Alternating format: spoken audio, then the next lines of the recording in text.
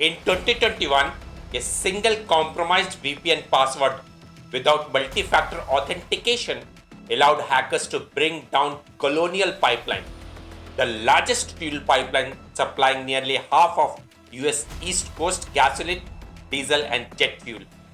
This caused widespread fuel shortages, panic buying, price spikes and a national emergency, showing how one weak link in authentication can cascade into a major crisis. It is important to note that many factors typically contribute to whether a breach happens or not.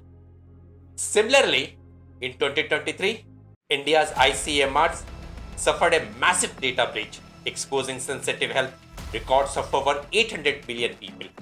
Victims faced risks like identity theft, financial fraud, and targeted scams, highlighting the real human cost when weak access controls and poor authentication leave critical data vulnerable. These events underscore why strong layered authentication is absolutely critical to protecting systems and peoples alike. Hi everyone, welcome to the channel. Today, we are venturing into the core of web security. Whether you are building a traditional web app, a mobile application, or modern API, understanding how to verify and maintain a user's identity is crucial. In this video, we are breaking down two methods of authentication: session-based authentication and token-based authentication. But before we dive in, please like the video and subscribe to the channel for deep dives over various topics. So, what is authentication? At its most basic, authentication is all about verifying that a user is who they claim to be. Think of it as the digital equivalent of showing your ID. When you log into a website, your username and password serve to prove your identity. But since HTTP, the foundation of web, is stateless, meaning each request stands alone, there must be a way to persist your authenticated state across multiple interactions. This is where session and tokens come into play. Now, let's kick things off with session-based authentication, the more older method. First, user login. You enter your credentials on a login screen. The server checks them, and if it matches what's stored, you are in. Second, session creation. The server creates a session, a secured record of your login that include details about you. It then generates a unique session ID. Third, session ID in a cookie. This unique ID is sent back to your browser as a cookie. Every time you perform an action or move to a new page, your browser automatically includes this cookie. The server references the session record linked to that session ID to know who you are. So, for environments like traditional server-rendered apps where centralized control and immediate session invalidation are required, session-based authentication remains an excellent option. Now, let's turn our attention to token-based authentication, a more modern, flexible approach favored by single-page application, mobile apps, and distributed systems. First, user login. Just as before, you start by logging in with your credentials. Second, token issuance. Once your credentials are verified, instead of creating a session stored on the server issues a token. One popular choice is the JSON Web Token, or JWT. This token is not just a random string. It is a compact package that includes claims like your user ID, roles, and even an expiration timestamp. Third, client-side storage.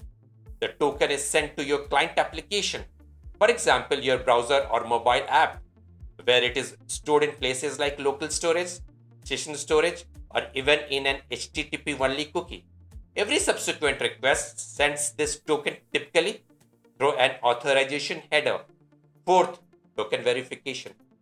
Since the token carries all your authentication details, the server validates it using a cryptographic signature and checks the embedded claims to ensure it is still valid. No need for a server-side session lookup. Token-based authentication is good for scenarios that demand high scalability and support for multiple client types. Now, let's understand this with a daily life example. Imagine you're heading for a big night on the town.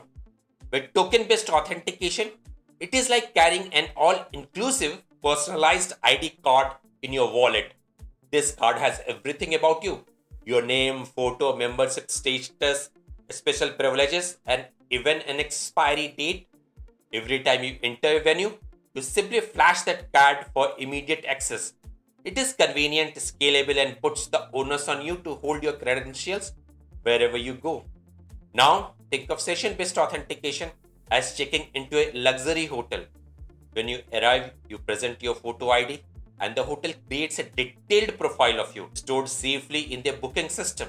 You are then given a simple card with an unique identifier. Every time you need room service or access hotel amenities, you hand over that key card, and the hotel staff pulls up your record from that secure database. In this case, all your personal details remains at the hotel, where only the key card or the session ID is with you.